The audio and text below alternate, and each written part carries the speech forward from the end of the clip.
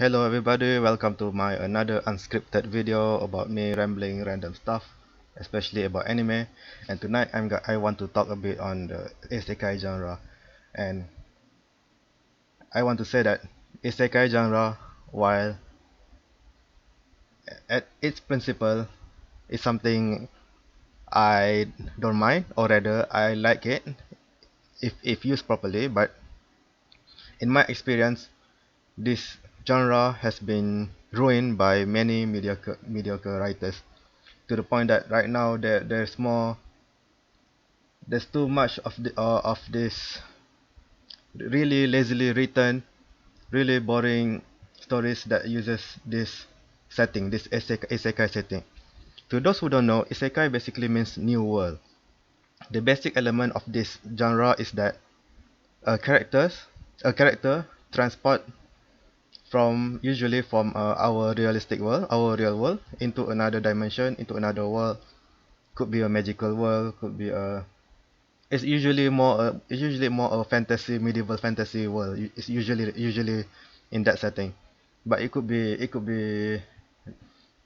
this the beauty of this isekai genre is how flexible it is. You can make the characters go into any world, and then that's the problem. The writers have too much freedom, but they don't use this freedom. Like, how should I say this? Isekai, mang- I think we are pretty lucky that many of the notable isekai anime has been pretty good so far. But for people who only watch anime and are more not more familiar with the manga or light novel feel of the side of the light novel and the manga side of things, the isekai anime has been pretty good. I mean, I really like Log Horizon. ReZero is pretty good, and Grim God of the Ash. I really like I really like the grim and dark tone of that.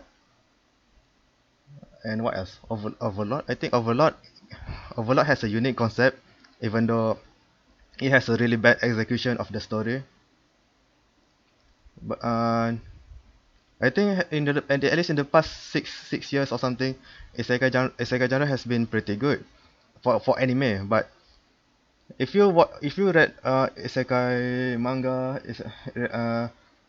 isekai manga is usually like novel that has been adapted into manga. They are usually really bad. It's filled with so many lazy writers doing very cliched things and basically making the story as bland as possible. The beauty of an isekai genre is that is how you essentially restart everything, and you are open with so many possibilities. Because when you try one usual element of isekai character is that isekai protagonist is that when they are transported into the other world, they usually got abilities, powers, and basically a built-in Deus ex machina, or what I call it, a bullshit machine, a built-in bullshit machine, so that they can go through any obstacle and challenges. It's not necessarily bad. Like in Log Horizon, the characters are all powerful and high-level characters, but they have different challenges. I mean, one of my favorite moments in Log Horizon is that one of the first thing their first one of their first challenges is that people are getting depressed and bored because they have nothing to do. The solution is actually they discovered cooking, and that cooking manually actually is the food that they cook manually actually has taste instead of when they cook it using their character skill. It's a very unique solution, very unique plot. Even though the characters is powerful, has all the combat skill, and high level, but it does not become the solution to everything. It has more about it touch more on the characters, emotional and psychology, and yeah, basically what I want to say that their power itself is not directly the solution to their problems. But the problem is that in many badly written isekai story, the characters are usually given all these powers and they can solve everything. It, most of this story that I've read reflects more on it being some kind of hero fantasy of the writer. Instead, they want to write their power fantasy instead of they want to tell a good story. And while I want to say that that is not necessarily bad. I mean, you can make a powerful character, an overpowered character, but into a fun story. But usually writers don't do that. The one that I've read, it usually turns into your typical uh, underdog hero that has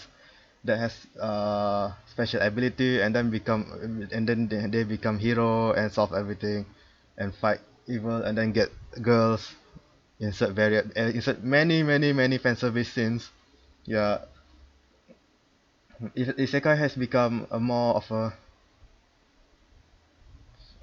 fantasy, uh many a self-insert fantasy for the writers. And I want to refer back to that. Having an overpowered character is not necessarily bad.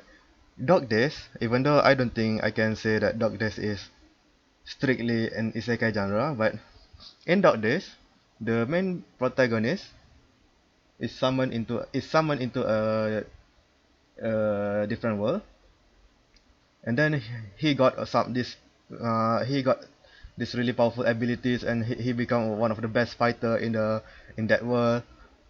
And then lots of girls lots of girls like him. While that sounds like the lamest fan service harem story ever, but Dog Days managed to make it fun, managed to make the actions really good, make the characters really humorous, makes the fan service scenes really enjoyable. Even though there's lots of nudity and fan service, I really like it because it's just very enjoyable. The cheerful tone is very good, and character design is also reminds me of an older Tales series. It's not while the main character is very overpowered, but the writers managed to make it a fun and interesting, fun and enjoyable anime. But this is an exception to the rule. Most of the writers, most of the isekai writers just cannot do this thing. It's just very lazy, because isekai usually means restarting everything. You restart everything, but the characters has a meta knowledge because the character come from our world, so they have this meta knowledge of a fantasy world. Combine this meta knowledge with usually given with the given overpowered ability of these characters, the protagonist is usually very unstoppable. Even though sometimes it's a common trope that these characters are given so-called useless ability compared to other people in other characters in the story, but it's usually their ability is usually actually is the strongest. Like, it's very lazy because the main characters are given everything, and usually it is written in a way somehow that it's supposed to be impressive how these characters do. And yes, this is another trope I hate in isekai genre. For some reason, everyone else aside from the protagonist are idiots, dumb idiots. Usually the main protagonist solve everything, comes up with everything, comes up with new invention. It's, I just want to say that the main problem with isekai is usually is the built-in bullshit machine. And I think this is made worse in a sub genre of isekai where it is a rebirth. It's a rebirth. Sorry, my word is a little jumbly. It's a rebirth genre. As in the main character, the protagonist died in their world, and then it's rebirth into another world. I really hated this because what this does is essentially you are putting an adult mind in a newborn. So there's an anime recently called Knights and Magic. It does that. It inserted a mind of someone around 30 something years old into a kid, and then he become he become the greatest pilot ever, the greatest magician pilot ever, something like that. And then he invented a lot of things that basically revolutionized the whole military of the world.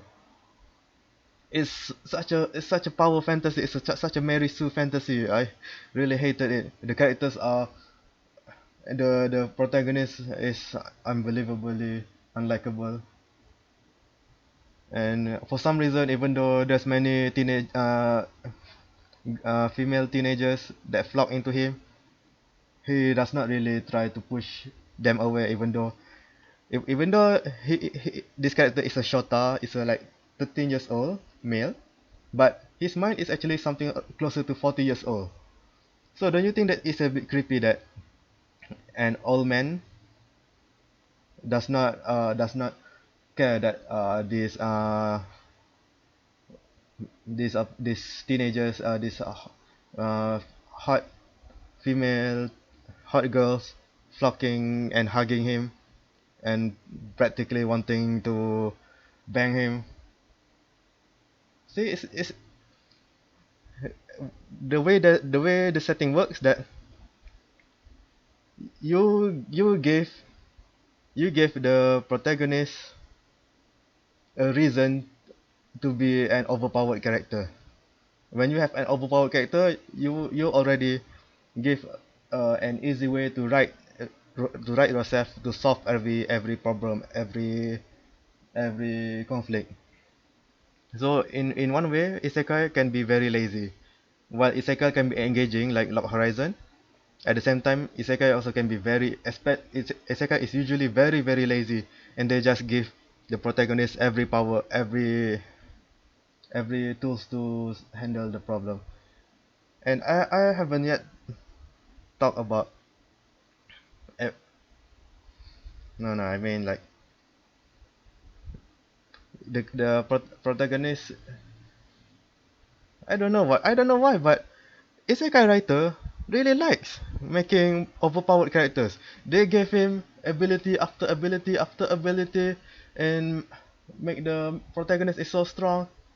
I mean, like, sure, if you can make actually humorous story, funny story with good characters, maybe good jokes, good character expression and dialogues, sure. But a lot of time, these writers thinks that they are actually making an engaging story with political drama and stuff, while at the same time having making the protagonist having basically the power of the god. I don't understand what they want. I feel like the only reason they are doing it is a power fantasy thing, because if they are not being unique, lots of light novel writers are doing this. If anything, not giving your protagonist power is the better way to make a more engaging story. Like Grimgar. Grimgar is I really like it, Grimgar as an isekai story. The main characters are transported into another world, but they are all very weak. They spend most of the anime fighting low level monsters and struggling. It's a Grimgar is what do you call? when you not following the trope, just like how Madoka does not it's a subversion. Grimgar is a subversion of an isekai cliche without actually the isekai cliche being popular for the mainstream anime, at least in the West. And also I might as well make note that Konosuba is also a kind of a subversion, but Konosuba is more of a comedy, so it's good. And then there's another, if you recall, like earlier this year, there's another isekai anime called Smartphone Tomone, something like that. It's the most asinine and boring power fantasy anime ever, isekai anime ever, where the where the gimmick is not used properly, the characters are boring, the jokes are bland, the art style is nothing special, the animation quality is mediocre, the jokes are not funny, the fan service is really meh. Like I have no idea what's the studio what the studio animating it is thinking while doing this. But at the same time, even though there's many good isekai anime last few years, ReZero, Log Horizon, like that. But when Night and Magic and Smartphone Tomone came out, I got worried that I'm afraid that in the near future, maybe like in the next year or two, there will be more and more shitty and cliche isekai anime that is more of a boring fan service power fantasy anime, just like your typical fantasy harem, your fantasy combat school harem anime, fan service anime. I do I'm afraid it will become like that. So from my timer, it seems like I have talked about 17 minutes. Actually, I don't know. I really need to make a script of this thing more often. But what I want to say that isekai genre as a genre has a lots of potential, and I really hated that how writers now isekai writers in Japan are not fully using it, nor that studios or the things that become studio don't realize the more unique writers that makes actually actual good isekai material. And